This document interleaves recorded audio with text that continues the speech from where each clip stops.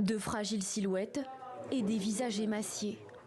Ces derniers mois, ils ont été des centaines à être enlevés par la police talibane des rues de Kaboul pour être amenés ici.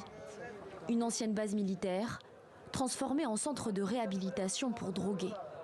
Parmi eux, Mohamed Omar, un ancien steward. Il a perdu son travail avec le retour des talibans au pouvoir. Une nuit, j'étais au Tadjikistan. Une autre, j'étais en Iran, à Delhi, à Dubaï, en Turquie.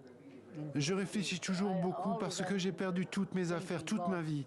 C'est devenu beaucoup de pression dans ma tête. Ces addicts à l'opium ou à la méthamphétamine seront gardés 45 jours entre ces murs, le temps d'être sevrés.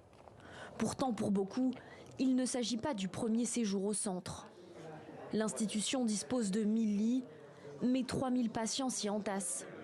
Les conditions de vie y sont sordides. Sur ces images tournées en septembre 2022, un patient témoigne.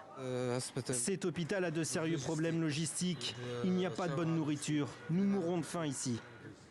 L'Afghanistan est le premier pays producteur d'opium au monde. Sur ses 40 millions de citoyens, 3,5 millions seraient addicts, selon l'organe international de contrôle des stupéfiants. Le régime taliban a interdit la culture du pavot en avril 2022. La production d'opium a pourtant augmenté de plus de 32% depuis l'arrivée au pouvoir des talibans en août 2021, selon l'Office des Nations Unies contre la drogue et le crime.